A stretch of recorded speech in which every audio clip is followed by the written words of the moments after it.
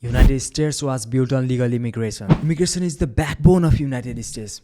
Today there will be less than 100 million people in US if immigration had stopped in 1800 BC. Around the year 1965, 10 million or 5% people living in the US were immigrants. But nowadays, 14% of the population in US are immigrants, which would be around 45 million roughly. Depressive political climate and sluggish economy has caused great chunks of population in the poorer countries to move around somewhere else. Most people who want to immigrate are in fact less skilled.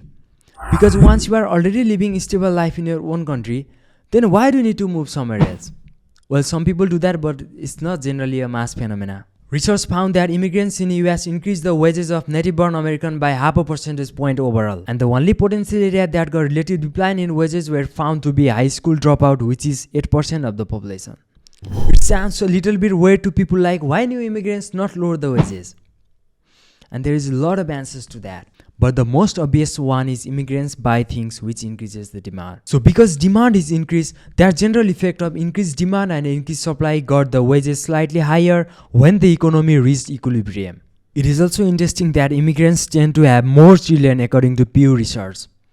This may have benefits since the US is facing aging crisis. There are about 54 million people right now over the age of 65, which is estimated to be 74 million by 2030. Immigrants also help reverse the aging crisis. This clearly tells immigration are not a problem. But things get a little bit crazy when this type of news comes and turns everything upside down. The news states, within the month of August 2023, the number of immigrants crossing the US border illegally reached all-time high and outpaced American birth rate. Border agency tells 341,000 illegal immigrants encountered that month compared to 305,000 births. Since Biden took office, 6.7 million had tried to cross border illegally with additional 1.3 million gotaways. By the way, gotaways are immigrants who claimed asylum but avoid contact with US law and enforcement. Gotaways may include homicidal maniacs and terrorist groups. Throughout Biden administration, they are projecting to be 13 million illegals across United States. 13 million illegals and nobody knows what they are doing. God knows, maybe they are preparing for another 9/11. So here comes the question. Why people cross border illegally? There might be multiple reasons to that. As Biden became president, on day one he overturned Trump's all of the border security policy. This open border policy made US heaven for those immigrants. For people who want to apply for one of the US work visa and come legally, it's super hard for them. May take from months to even years to get it. But US is rewarding illegal immigrants with free travel, healthcare and free education for their kids. California announced free healthcare to 700,000 low-income immigrants. That's a cost of at least $3 billion every year. California folks' insanely high taxes just got higher. Similarly, educating children of illegal immigrants is also putting burden on the education system. Government is about to spend $12 billion on this crisis. On the other hand, if we talk about the demographics of United States, meanwhile, large majority of US is aging out of workforce. Now there are already 54 million people over the age of 65 and is estimated to be 74 million by 2030. Shrinking aging population has caused decline in innovation. They say those immigrants are found to solve this aging crisis.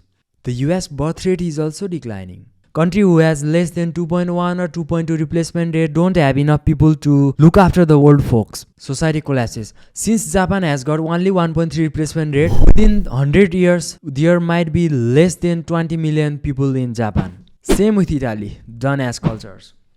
America without immigrant influx is 1.6. Importing immigrant labor does in fact create a net economic benefit to the country. But here comes the real question. Why US government is promoting illegal immigration over the legal immigration? Well, the answer lies in the International Organization for Migration or IOM documentation. They clearly say there are 17 sustainable development goals for the world they want to do through the United Nations. According to them, migration satisfies like 12 or 13 of them. They want to take people from poor countries to rich countries. Usually people who want to immigrate to US or staying in US are likely to be below poverty line. Countless studies show that they are more likely to do riskier job in United States. Well, National Institute of Health did a 12-month period survey in New York which found 21 out of 29 fatal construction accidents involved workers who were immigrants or had less English proficiency. This is where things get little bit tricky. Importing illegal immigrant labor created $50 billion extra net benefit in the economy, as low-skilled immigrants work hard, get involved into risky jobs, but at the same time underpaid. This creates increased earning to people who benefit from them to $550 billion overall. $550 billion plus for people who benefit from them, but at the same time $500 billion minus for less skilled workers, and finally resulting in $15 billion net benefit. That benefit was at the expense of those poor illegal immigrants. They also sent cash transfer to their home countries. Over 270 million migrants working abroad regularly send cash transfers to their home countries. 3 countries that receive more funds are Mexico, Vietnam, and Philippines. These funds generally comes from countries such as US, UAE, and Germany. With that in mind, getting into the US not just save one person, but might save a whole family from the brink of poverty. This transfer of money from rich countries to poor countries through remittances starts to equalize the stuff. This is what IOM-like UN agencies wants. In their documents, they are clearly telling what they want is they want to make poor country richer and rich country poorer. Only then they will succeed in achieving economic equity at national level. In the name of free shelter, free healthcare, and free education to illegal immigrants, they are just burning US taxpayers' money. Lastly, I am concluding with one beautiful statement of Milton Friedman. He said, "You cannot have open borders and welfare state." So the question one should ask oneself is, does America owe the immigrant or the immigrant owe America? Guys, let me inform you this, and trust me, you don't want to miss this. We run a free newsletter where we inform you on your email about most important world events around economy, politics, and finance once a week.